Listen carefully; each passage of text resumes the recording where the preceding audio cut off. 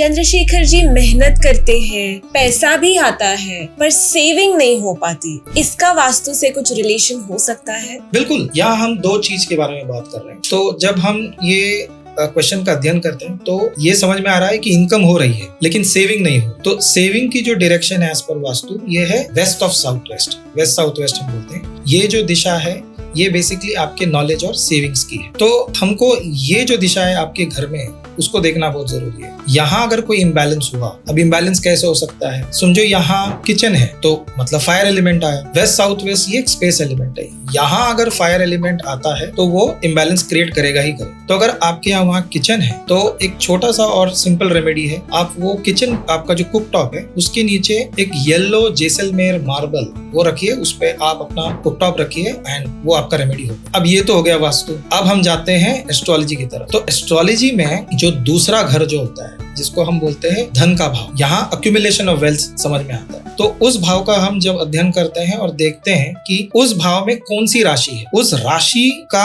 आपके घर में कौन से डायरेक्शन के साथ कनेक्शन है। फॉर एग्जाम्पल समझो वहाँ 11 नंबर की राशि, तो 11 नंबर की राशि ये वेस्ट की डायरेक्शन है और अगर वेस्ट की डायरेक्शन में समझो किचन आ गया तो मतलब फिर अग्नि तत्व आ गया वहाँ, तो वो आपको इम्बैलेंस देगा ही। मतलब वो क्या करेगा, आपको धन संचय करने देगा ही नहीं। तो फिर वही आपको वो रेमेडी करनी है। एक येलो कलर का मार्बल लीजिए, उस पे आप अपना किचन का जो कुकटॉप है वो रखिए और वो उसकी रेमेडी। तो इस तरह से हम एस्ट्रोलॉजी को यूज करके आपके वो भाव को देखते हैं और उसमें अगर कोई इश्यूज रहा तो वो हम उसके जो रेमेडीज हैं उस प्रकार से करते हैं। तो इससे हमको पता चल जाता है कि इस इंसान के जीवन में जनरल वास्तु के हिसाब से तो हमने कर लिया रेमेडी, लेकिन अगर वेस्ट साउथ वेस्ट में आपने अगर रेमेडी कर भी ली लेकिन आपका वेस्ट तो फिर भी एक्सपोज है, तो वेस्ट में जब तक आप रेमेडी नहीं करेंगे तो वो आपको वो फल नहीं देगा।